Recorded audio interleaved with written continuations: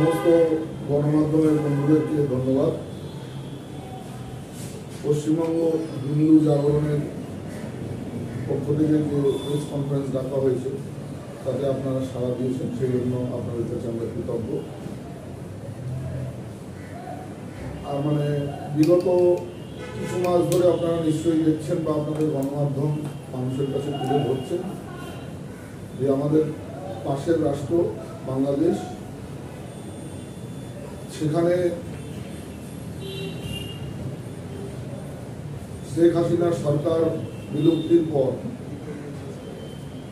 যে অন্তর্বর্তী সরকার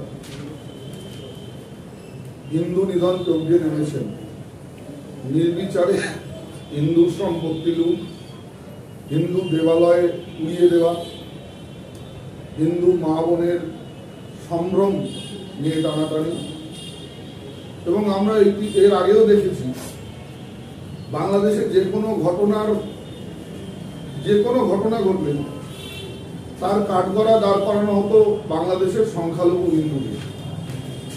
অথচ আমাদের পশ্চিমবঙ্গেও সংখ্যালঘু কথাটা আমার আপত্তি আছে, দ্বিতীয় বৃহত্তম জনগোষ্ঠী। সংখ্যালঘু কথাটা আমি ঠিক বিশ্বাস করি, তাদেরকে আমরা জামাই আদর দিয়ে রেখে দিয়েছি, একদম জামাই আদর।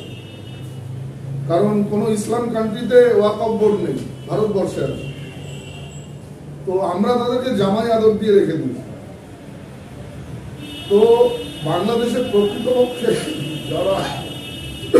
যারা সংখ্যালঘু, হিন্দু, বৌদ্ধ, খ্রিস্টান, যারাই হোক না কেন, যে ধর্ম উপাসনা পদ্ধতিতে বিশ্বাস করুন না কেন, তাদের ওপর যে অমানবিক পাশবিক অত্যাচারের ধারা বিবরণী চলছে, কখনো পূজা হতে দিব না, কখনো একটা ইস্কন ধর, ধৈরা ধৈরা কতল কর, এই যে স্লোগান,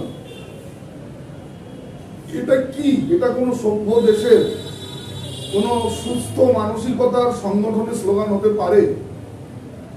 আপনারা কি বলেন? আপনাদের মাধ্যমে আমি জনতা জনার্দনের কাছে প্রশ্ন রাখি, আপামর হিন্দু জনমানুষের কাছে প্রশ্ন রাখি। আজকে চিন্ময় কৃষ্ণ প্রভু একজন সর্বত্যাগী সন্ন্যাসী, পূজ্যপাত সন্ন্যাসী, তিনি ত্যাগের মন্ত্রে জীবন গড়েছেন এবং সমাজের বিষম পরিস্থিতিতে তিনি পথে নেমেছেন। না হলে সন্ন্যাসীদের খেয়ে দিয়ে কাজ নেই, অনেক কাজ আছে সমাজে। সন্ন্যাসীরা যখন সোচ্চার হয়, যখন পথে নামে, তখন বুঝতে হবে যে সত্যি সমাজের অধঃপতিত অবস্থা। না হলে সন্ন্যাসীরা নিজের জপ তপ ধ্যান দিনচর্যা নিয়ে থাকেন সাধারণত। তো বাংলাদেশের এই যে অকথ্য অত্যাচার, এবং আমার পূর্ববর্তী বক্তা যে কথা বলছিলেন যে চিন্ময় কৃষ্ণ প্রভুর প্রাণ সংশয় আছে, তাকে অ্যারেস্ট করে কোনোভাবে খাবারের মধ্যে বিষক্রিয়া না করে দেওয়া হয়।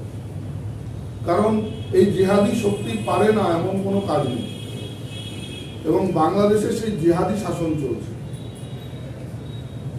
তো একজন সন্ন্যাসী যিনি সারা বাংলাদেশের হিন্দুদের কণ্ঠ হয়ে উঠেছিলেন, আওয়াজ তোলার কণ্ঠ, একজন সর্বত্যাগী সন্ন্যাসী যিনি সারা বাংলাদেশের হিন্দুদের আন্দোলনের মুখ হয়ে উঠেছিলেন, তাকে অন্যায়ভাবে এয়ারপোর্ট থেকে গতকাল যেভাবে অ্যারেস্ট করা হলো, তাতে আমার মনে হয় সারা বিশ্বের যে প্রান্তে সনাতনী হিন্দু আছেন বা যারা সনাতনী বলতে নিজেদেরকে এখনো গর্ববোধ করেন, যাদের সনাতনী রক্ত ধমনীতে বইছে, তারা প্রত্যেকে আসুন, আগামী 28 তারিখ পায়ে পা মেলান।